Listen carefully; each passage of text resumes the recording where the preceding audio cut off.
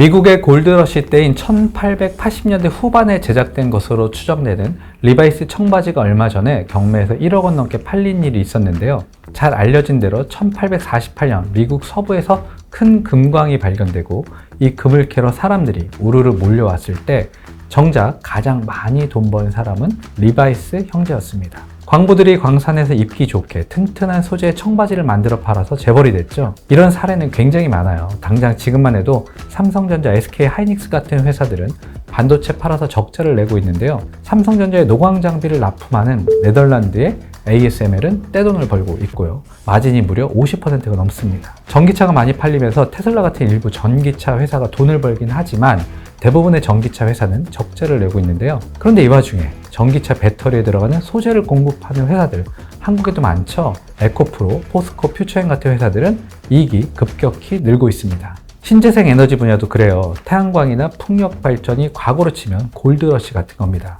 여기서 돈이 나온다고 하니까 너도 나도 뛰어들고 있는데요. 정작 돈 번 기업 혹은 사람은 그렇게까지 많지는 않은 것 같아요. 그런데 풍력, 태양광 발전에서 생산된 전기를 끌어오려면 전력 케이블이 반드시 필요한데요. 이 케이블을 공급하는 기업 또는 이 케이블을 해저에 까는 기업은 돈을 못 벌기가 굉장히 어렵습니다. 기업이 몇 곳 없기도 하거니와 아무나 할 수도 없습니다. 이번 주제는 해저 케이블 설치 공사를 국내에서 사실상 독점하고 있는 KT 서브마린입니다. KT 서브마린이 뭐하는 회사인지 대부분 잘 모르실 겁니다. KT가 앞에 붙어 있으니까 KT 계열사겠죠. 맞아요. KT가 1995년에 세운 회사입니다. 통신 케이블을 바다에 묻을 때 KT가 과거에 일본 기업들의 주로 일을 맡겼는데요. 통신 케이블을 많이 깔다 보니까 자연스럽게 일감이 많아졌겠죠. 처음엔 전화선만 깔았지만 지금은 인터넷에, TV에 선이 점점 많아지고 굵어져서 공사비도 엄청 커졌어요. KT가 그래서 일본에 돈 줄 바에야 우리가 직접 해보자 하고 세운 게 KT 서브마린입니다. 쉽게 말해서 지상에 있는 전봇대를 바다에 설치하는 일을 해요. 작년 실적이 매출 428억 원, 영업손실 66억 원, 적자를 냈네요. 사실은 최근 3년 내내 적자였습니다. 2020년에 작업하던 배 한 척에 불이 나서 침몰을 했는데 이후에 실적이 내내 안 좋았습니다. KT 서브마린의 작업선은 제조업으로 치면 공장에 해당하는 것인데요. 배 3척 중에 한 척이 사라져서 단순 계산으로 매출의 3분의 1이 날아갔거든요. 그런데 이 회사를 최근 LS그룹의 핵심 계열사인 LS전선이 인수했어요. 700억 원을 들여서 지분 약 45%를 확보했습니다. LS그룹이 국내 재계 서열 16위의 대기업이라고 해도 700억 원은 결코 작은 돈은 아닙니다. 인수한 이유가 확실하게 있겠죠. 이승용 KT 서브마린 사장 설명은 이렇습니다. LS전선의 케이블 제조와 서브마린의 해저 시공, 이것이 결합해서 시너지를 상당히 낼 수 있을 것으로 저는 기대합니다. LS전선은 회사 이름에서도 알 수 있듯이 전선, 그러니까 케이블을 만드는 회사입니다. 케이블은 통신선도 있고 전력선도 있어요. 두 개 다 합니다. 한국전력이나 KT 같은 곳에서 대규모로 케이블 발주를 하면 계약을 따내서 케이블을 만들어 주는데요. 이때 LS가 케이블만 공급하는 게 아니라 해저의 설치까지 다 해주겠다. 이게 바로 이승용 사장이 말한 시너지 효과입니다. 실제로 그렇게 하고 있어요. 제주도와 완도를 잇는 해저 전력망 사업을 LS전선이 수주했는데 해저의 매설하는 역할은 KT 서브마린이 하고 있습니다. 이 매설 공사 금액만 200억 원이 넘어요. 이런 식으로 케이블은 LS전선이 공급하고 해저 케이블 매설은 KT 서브마린이 맡겠다는 겁니다. 바다에 케이블 묻는 공사가 많아야 KT 서브마린 사업이 커지는 것인데요. 그런 공사가 얼마나 많은지 확인을 해야 이 회사의 미래가 보이겠죠. KT 서브마린의 수주 잔고입니다. 단연 눈에 띄는 게 580억 원짜리 공사네요. 이게 전남 해상풍력단지 조성 사업의 일부입니다. 해상풍력은 바다에서 바람개비를 돌려서 생산한 전기를 육지로 끌고 와야 하기 때문에 케이블 공사 규모도 꽤 큽니다. 이 580억 원짜리 공사가 1단계 공사에 불과해요. 앞으로 2단계, 3단계 공사도 나올 예정입니다. 1단계에 비해서 2, 3단계 공사는 전체 프로젝트 규모가 4배가량 큽니다. 당연히 해저 케이블 매설 공사도 몇 배로 커질 겁니다. 일감만 따내면 매출은 급격하게 늘겠죠. 또 전남 신안군 우이도 남측 해상에 조성될 예정인 해상풍력단지, 이것도 규모가 상당해요. 400MW 규모로 사업비만 2조 원을 넘습니다. 이 사업에서 KT 서브마린이 해저 매립 공사를 맡을 가능성은 매우 큽니다. 왜냐하면 전력 케이블 공급 우선 협상 대상자로 모기업이 된 LS전선이 뽑혔거든요. 이런 식으로 풍력 발전에서 나올 공사가 앞으로 줄줄이 있어요. 지금까지 해상풍력 사업 허가를 받은 프로젝트가 44건인데요. 이 프로젝트의 공사 완료 시점이 2025년부터 본격화됩니다. 공사 시작부터 완공까지 통상 3년 잡으면 올해부터 앞으로 3년간 해저 전력 케이블 공사 발주도 많이 나올 것 같죠. 또 요즘 중국이 호시탐탐 노리는 대만, 이 대만이 해상풍력 발전의 진심인데요. 누군가는 해상풍력 발전기를 장벽으로 세우고 있다고 말도 하던데, 어쨌든 대만의 해상풍력 발전 프로젝트에 LS전선이 굉장히 적극적으로 나서고 있어요. LS전선이 해외 업체들 따돌리고 전력 케이블 수주에 성공하면 KT 서브마린의 일감도 많이 갈 겁니다.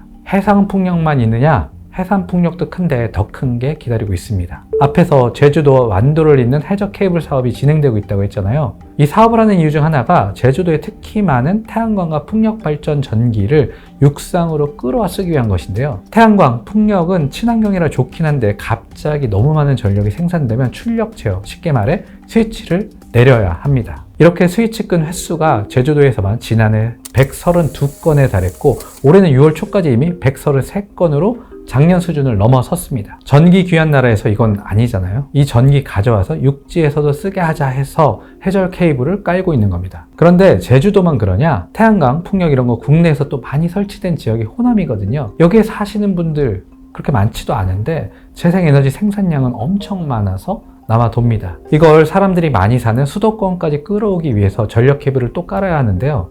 이거 요즘 육상에서 하면 송전탑 지나가는 지역 주민들 반발이 엄청나죠.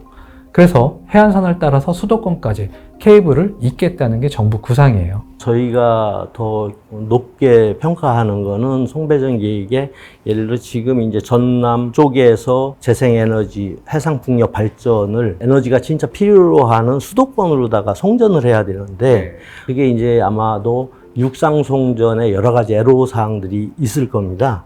그쪽에 해저로 그거를 고민하고 있는 것 같고 규모가 한 8조 원 규모로 제가 기억하고 있는데 물론 이제 좀 장기간의 사업이고 하지만 거기서 역할을 할 수 있는 기회가 많이 있을 것으로 생각합니다. 해저 케이블 공사 비중을 전체 프로젝트의 5에서 10%로 보는데요. 이승용 사장이 8조 원이라고 했으니까 그럼 못해도 4천억 원, 좀 크면 8천억 원의 일감이 여기서 나온다는 얘기입니다. KT 서브마린의 작년 매출이 4천억 원대였는데 이게 잘 계산이 안 되죠. 어쨌든 회사 측은 올해와 내년 실적을 얼마로 보느냐 하면 올해 매출이 한 600억 이상, 영업이익 100억 이상, 내년도 2024년 그 이후에는 제가 장담하건대 한 900억, 1000억 이 정도 매출은 그냥 자신할 것 같습니다. KT 서브마린이 실적을 늘리기 위해서 배를 한 척 샀는데요.